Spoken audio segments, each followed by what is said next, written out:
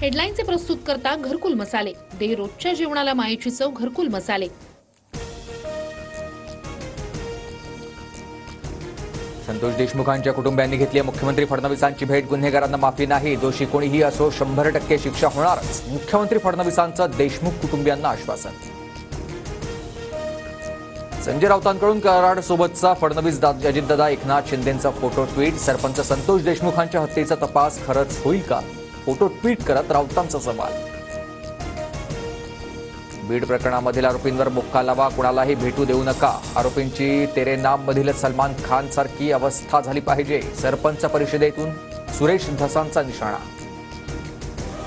फडणवीस अजितदादा बीडचं राजकीय पर्यावरण लवकरच बदलतील. मंत्री पंकजा मुंडे यांचं सूचक वक्तव्य. बंधू धनंजय मुंडे यांच्या राजीनाम्यावर भाष्य करण्यास नकार. उपमुख्यमंत्री अजित पवार आज दिल्ली दौऱ्यावर. दिल्ली विधानसभा निवडणुकीच्या अनुषंगानं नेत्यांची बैठक होणार. भाजपच्या वरिष्ठ नेत्यांचीही अजित पवार भेट घेण्याची शक्यता. मोठ्या पक्षाला मतदान करू नका, काँग्रेस गद्दार तर भाजप महागद्दार पक्ष. विधानसभेतील पराभवानंतर रासपच्या महादेव जानकरांचा हल्लाबोल.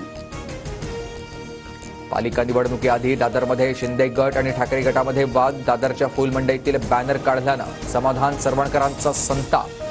महापालिकेच्या अधिकाऱ्याला समाधान सरवणकरांनी विचारलाय जाब. कोट्यवधींचा घोटाळा करणाऱ्या टोरेस कंपनीचं प्रकरण आता आर्थिक गुन्हे शाखेकडे. मेझोनाईट खडा खरेदीवरचा जास्त परतावा देण्याचं आमिष दाखवत गुंतवणूकदारांची फसवणूक. नागरिकांचा पुन्हा जबाब नोंदवला जाणार.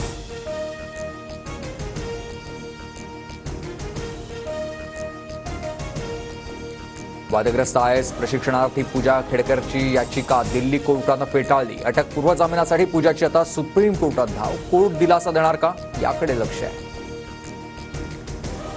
काल तिबेटमध्ये 6.8 रिश्टर स्केल तीव्रतेचा भूकंप. भूकंपात 126 जणांचा मृत्यू, 188 जण जखमी.